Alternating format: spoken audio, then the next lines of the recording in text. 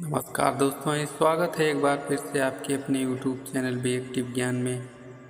आज अध्याय में जानेंगे स्त्री सहित राजा पृथु का वैकुंठ गमन।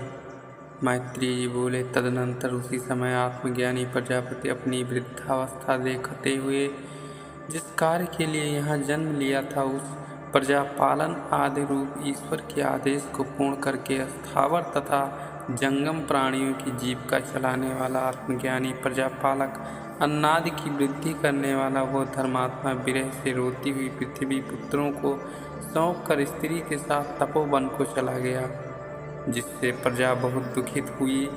तब उस तपोवन में भी विघ्नों से नष्ट न होने वाले नियमों का पालन करता हुआ वानप्रस्थ आश्रम से अनुकूल उस तपस्या में ऐसे प्रवृत्त हुआ जैसे पहले पृथ्वी के विनय में प्रवृत्त हुआ था।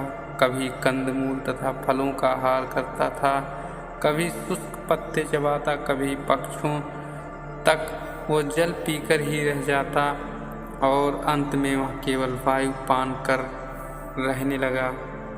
गर्मी के दिनों में वह वीर पंचाग्नि तपता तथा वर्षा में जल की धारा से बरसने वाले जल को सहता और शिशिर ऋतु में कंठ तक जल में डूबा रहता, यूं सर्वदा नीचे सोया करता। इस प्रकार अनेक कष्टों को सहन करता हुआ वह जितेंद्रिय प्राणायाम से मन को रोककर ब्रह्मचर्य धारण कर भगवान को प्रसन्न करने की इच्छा से श्रेष्ठ तप करने लगा।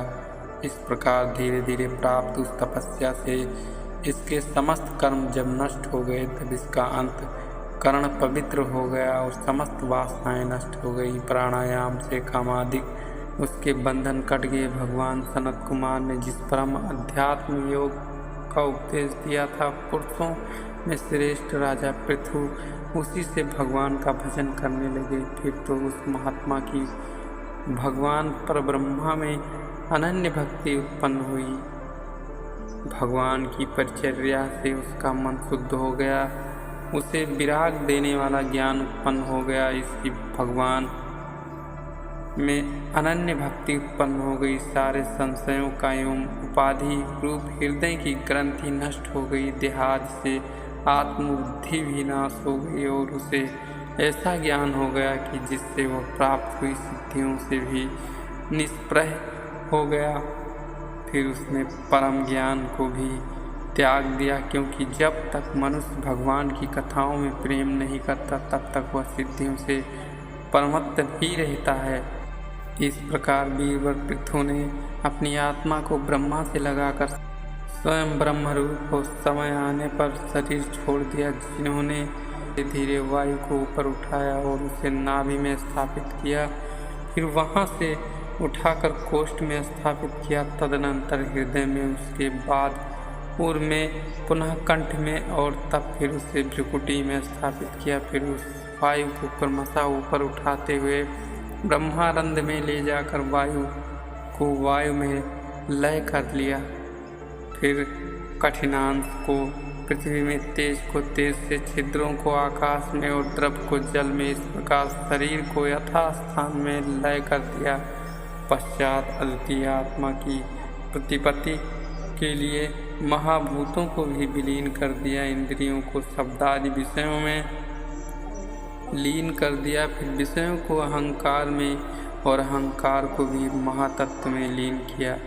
फिर संपूर्ण कार्य की जिसमें स्थिति है, ऐसे महातत्व को मायामय जीवन में लीन किया और आत्मा में स्थित उस उपाधि को ज्ञान तथा वैराग्य के भाव से अपने स्वरूप में स्थित होकर शरीर छोड़ दिया। अब उसकी स्त्री की दुर्दशा सुनिए। माया से परे उसकी सारी उपाधियां छूट गईं। तब उनकी आरची नामक महारानी, जो वन में उनके साथ गई थी, महा तपस्वी राज ऋषि के वियोग में घोर विलाप करने लगी और लकड़ियों की चिता बना पथ के साथ ही अग्नि में प्रवेश कर गई। उनके धर्म पालन को देखकर देवतागण की प्रशंसा करने लगे। अप्सराओं ने धन्य धन्य कह आकाश से फूलों की वर्षा की। देवताओं ने तो बाजे बजाए और उनकी सहस्त्रों स्त्रियों ने एक स्वर से रानी की प्रशंसा करते हुए कहा, यह स्त्री धन्य है कि जिसने सब प्रकार से अपने पति की भक्ति को वैसे ही स्वीकार किया है जैसे लक्ष्मी जी श्री विष्णु जी की करती हैं। मैत्रेय जी कहते हैं, हे विदुर जी, महाराज पृथु भगवत भक्तों में इस प्रकार के एक बड़े ही श्रेष्ठ और तेजस्वी राजऋषि थे, जो उन महाराज पृथु के इस चरित्र को श्रद्धा से पढ़ेंगे या सुनेंगे वे उत्तम लोक के भागी होंगे। ब्राह्मण, ब्रह्म, तेज, क्षत्रिय, राजा, वैश्य, धनवान और शूद्र पढ़े तो वह बड़ा सज्जन हो जाएगा। यदि स्त्री या पुरुष से आदर पूर्वक 3 बार सुने तो उसे उत्तम संतान और धन की प्राप्ति होती है। इस प्रकार इसे सुनने से मूर्ख, पंडित और अयसी होता है। ये आख्यान आयुर्वर्धक और स्वर्गदायक है। यह कलि के पापों का नाश करने वाला और सब प्रकार के अर्थ, धर्म, काम और मोक्ष को देने वाला है।